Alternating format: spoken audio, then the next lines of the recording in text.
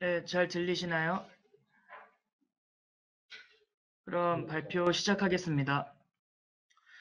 안녕하세요. 저는 자신을 찾는 교육에 대해서 발표하게 된 2학년 10반 김경환입니다.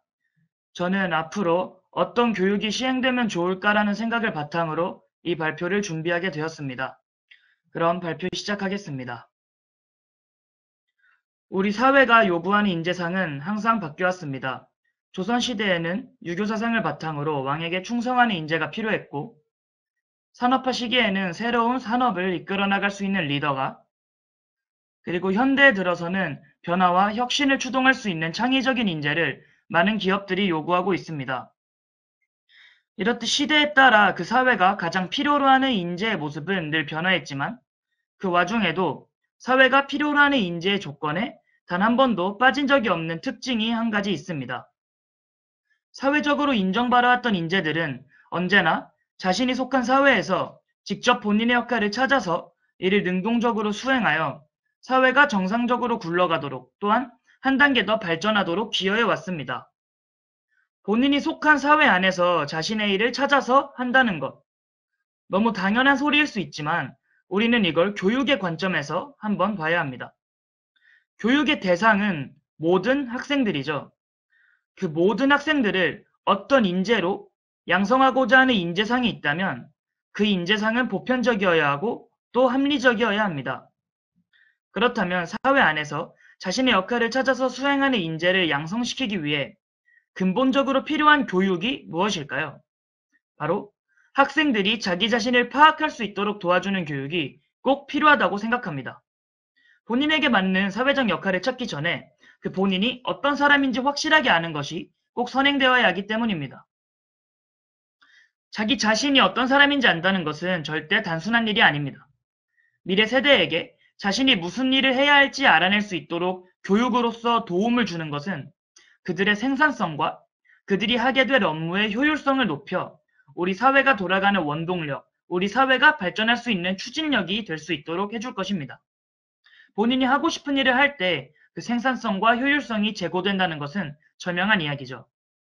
자신을 찾는 교육, 그 교육의 필요성은 여기에 있습니다. 그러면 대체 어떤 시기에 이러한 교육이 시행되어야 할까요?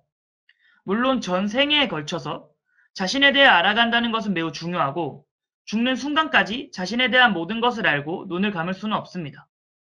하지만 실질적 교육의 대상인 초등학생, 중학생, 고등학생에 대해서 생각해보면 그 시기별로 근본이 되어야 하는 교육의 목표가 있습니다. 초등학생 때는 사회화, 그 자체에 대한 교육이 가장 중요하죠. 사람들 사이에서 어떻게 생활해야 하는지를 배워야 합니다. 고등학교 시기에는 본격적으로 꿈을 이루기 위해 자신을 가꾸어 가야죠. 고등학생들의 목표라고 할 수 있는 대학 진학이나 취업이 꿈을 향한 시작이기 때문입니다. 그렇다면 그 꿈을 찾을 시기는 바로 중학생 3년 동안입니다. 중학생 때 자신이 어떤 사람인지를 알게 되고 꿈을 설정하여 고등학생 때 그 꿈의 첫 단추를 잘 꿰기 위해 노력하는 것은 어떻게 보면 가장 이상적인 학생의 모습이라고 할 수 있습니다. 실제로 자유학기제, 자유학년제 등을 실시하며 우리나라도 중학생들의 진로 교육을 계속 권장하고 있습니다. 그런데 진로 탐색을 위한 특별 활동들도 좋지만 저는 자신을 알도록 도와주는 교육이 수업 시간 자체에 녹아들어야 한다고 생각합니다. 그렇다면 어떤 방법으로 수업 시간에 자신을 알도록 도와주는 교육을 적용시킬 수 있을까요? 여러 방법이 있겠지만 저는 한 가지 방법을 소개시켜 드리려고 합니다. 바로 점프 과제입니다. 점프 과제의 의미는 그 이름에서 유추해 볼 수 있습니다. 점프, 다른 단어로는 도약이죠. 우리는 수업 중 학생의 사고가 한 단계 더 발전하는 그 순간을 일컬어 도약이라고 합니다. 점프 과제는 발문을 통하여 해당 수업의 핵심적인 내용을 짚어주고 나아가 이에 관한 학생들의 사고를 확장하고 심화하는 역할을 하여 수업 중 도약을 가능하게 해줍니다. 저는 이 점프 과제를 제가 지향하는 교육을 위해서 아주 효과적인 도구로 사용할 수 있겠다는 생각이 들었습니다. 가장 중요한 점프, 생각의 도약의 방향성을 학생 자신에게로 돌려보는 것입니다. 그럼 실제 중등교육과정 내에서 제가 어떤 방식으로 점프 과제를 시행해 보겠다는 것인지 예시를 한 가지 들어보겠습니다. 역사 과목, 미술 과목에서 빌렌도르프의 비너스라는 예술 작품을 배웁니다. 이 작품은 구석기 시대의 예술 작품으로 그 당시 사회적인 미의 기준이 어떤지를 보여줍니다. 구석기 시대와 빌렌도르프의 비너스에 대한 내용을 가르치고 나서 교사들은 학생들에게 이런 발문을 제시하는 겁니다. 빌렌도르프의 비너스는 현대인들이 일반적으로 생각하는 아름다움과는 꽤 거리가 멀지만 그 당시의 사람들이 아름다움을 어떻게 생각했는지 알려준다. 이처럼 아름다움의 기준은 시대에 따라서 변할 수도 있고 또 그걸 받아들이는 사람들 개개인마다 다를 수도 있다. 그렇다면 본인이 생각하는 아름다움의 기준은 무엇인가? 이처럼 평소에 생각해보지 않았을 자신의 가치관에 대해서 생각해보도록 하는 발문을 하는 겁니다. 자신이 생각하는 아름다움이 어디에서 비롯되는지에 대해 아는 것은 후일 학생 자신이 향유할 예술을 온전히 즐길 수 있게 해줄 것이고 또 자신의 진로에 대해 선택할 때도 본인이 아름답다고 생각하는 일에 더욱 우선순위를 둘 수 있게 해줄 것입니다. 학생 개개인의 가치관은 다를 수밖에 없습니다. 본인이 옳다고, 본인이 가치 있다고 생각하는 것이 무엇인지 파악하고 있는 것은 학생 본인의 미래를 설계하는데 긍정적인 영향을 끼칠 것입니다.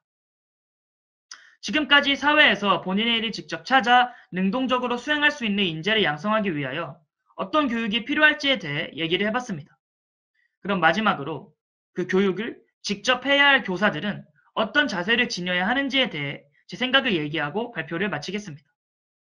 우선 수업 시간이 강의 시간으로만 이루어진다는 생각을 해선 안 됩니다.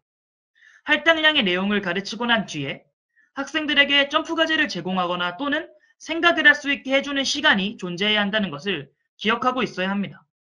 꼭 매 수업 시간마다 강박적으로 이런 무언가 진행해야 한다는 얘기는 아니지만 오늘 가르칠 내용이 학생들에게 생각할 거리를 제공할 수 있는 내용이라고 여겨질 때 또는 한 단원 정도의 분량의 수업을 마치고 나서는 학생들이 자기 자신을 파악할 수 있도록 도와줄 수 있는 발문들을 교사가 꾸준히 만들어내야 한다는 것입니다. 물론 이게 절대로 쉬운 일은 아니죠. 학생들의 사고를 촉진시켜주기 위하여 어떤 발문을 수업과 어떻게 관련지어서 제공해야 할지를 생각해야 하기 때문에 다분한 노력과 많은 시간이 소요가 될 것입니다. 하지만 교사는 강사가 아니죠. 가르치는 것에만 집중하는 게 아닌 학생 개개인을 위해서 보다 혁신적인 수업을 계속 갈구하는 것이 교사가 지녀야 할 태도라고 생각합니다. 제가 제시한 점프 과제 방법 말고도 학생들을 위한 교수법들은 정말 무궁무진할 거예요. 이를 계속 연구하고 적용시켜 보면서 학생들을 사회에서 본인의 역할을 찾아 활약할 수 있는 인재들로 양성시키기 위해 노력하는 것이 현재 그리고 미래에도 가장 중요시 되어야 할 교사의 자세라고 생각합니다. 그럼 여기까지 제 생각을 들어주신 분들에게 감사하고 강연을 마치겠습니다. 감사합니다.